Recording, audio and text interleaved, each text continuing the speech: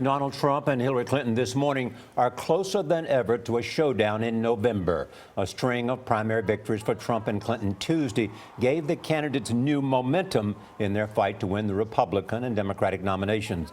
Clinton defeated Bernie Sanders in 4 of 5 contests, including big wins in Pennsylvania and Maryland. Sanders won in Rhode Island. Trump did even better, winning all 5 states and getting more votes than Ted Cruz and John Kasich combined.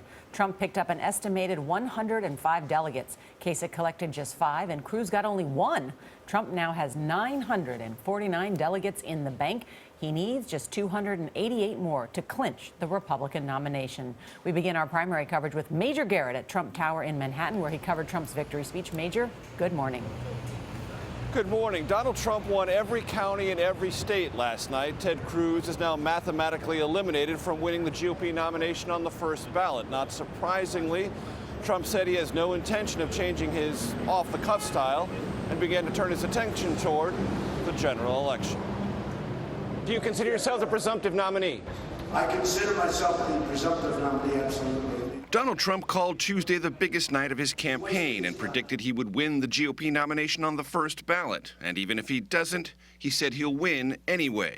How do you pick a man on the second or third or fourth ballot who has millions of votes, 5-6 million votes less than Trump? Those people, at a minimum, they're going to be very upset, very angry, but at a minimum, they're just not going to vote.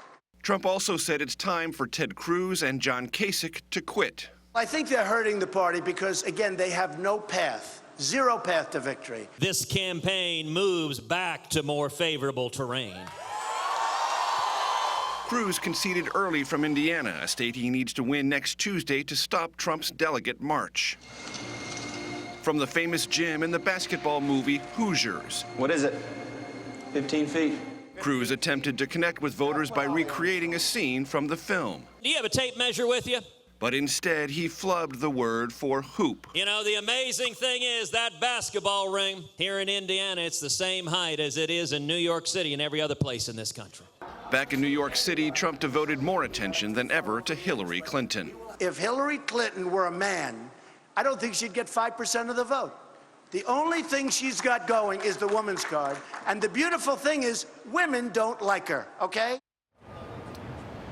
Trump continued to complain about GOP nominating rules, but said big victories have a way of solving that problem. And with an eye toward his own self-interest, Trump suggested Bernie Sanders ought to run in the general election as an independent candidate, which of course would divide the Democratic anti-Trump vote.